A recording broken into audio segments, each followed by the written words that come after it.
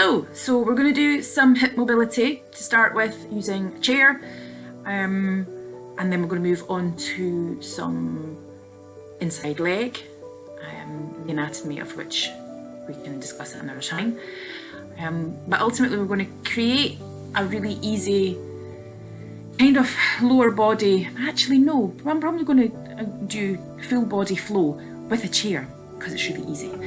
So I'm a huge advocate for hip mobility, and sometimes it's very difficult for people to get onto the floor because of lack of hip mobility. So we're going to use a chair. Okay, so grab yourself an upright, like a dining room chair, such as this, okay?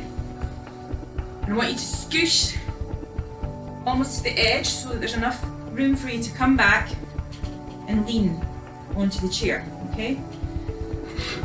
I'll move the chair into different positions so that you can see from different angles, but ultimately we're going to scoosh forward and then we're going to take our feet hip width apart, so a little bit of a gap between the legs, and then what we're going to do is we're going to bring one knee in towards the middle and the other to the opposite side.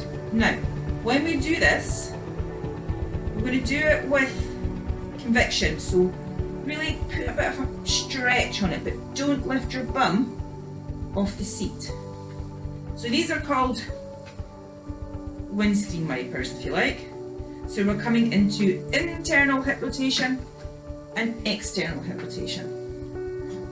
So don't just flail around like this, that's not really going to do anything, because you can see that my upper body, my waist is kind of moving a bit. But what we want is we want this from here up to be fairly static and only moving from the hip joint. Now, when I come into external rotation on this side, I can feel that if I took that any further, it would probably go into a bit of cramp. So if that happens, know that it's normal and just ease off a little bit. So you can do that for as many repetitions. Okay, let's move around a bit.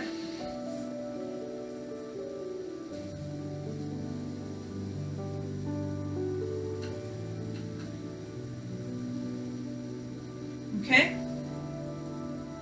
next we're going to move into inside back. So I'm going to take a chair, I'm going to turn it around.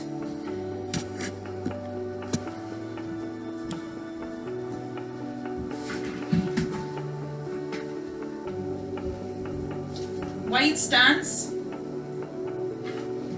and one leg is going to go this way, so this knee is bent and it's pointing to probably about 1 o'clock, and this leg is being stretched.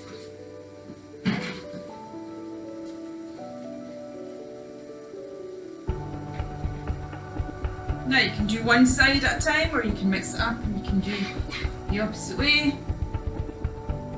Ultimately, we just go back and forth. You can hold it for a wee bit longer, you can keep it quite dynamic, quite active.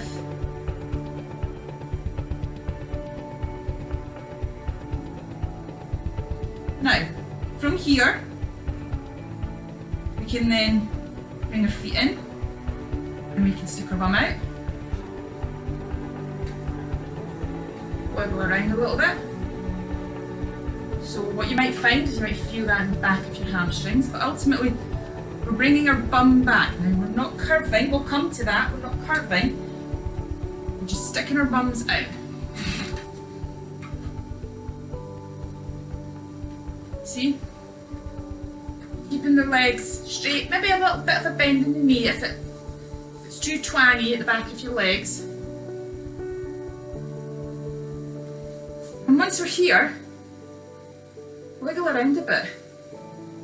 Pop your hip out to the right, pop it out to the left, wiggle it around a little bit, circles one way, circles the other way. You can take it further down, you can come back up, stretch. See, I'm curving my back there. I'm going into extension. Then, take your stance a little bit further back. We can work the upper body into the shoulders and the upper back. Again, wiggle around. It doesn't have to be static. Okay? Come up. Curve. Wiggle.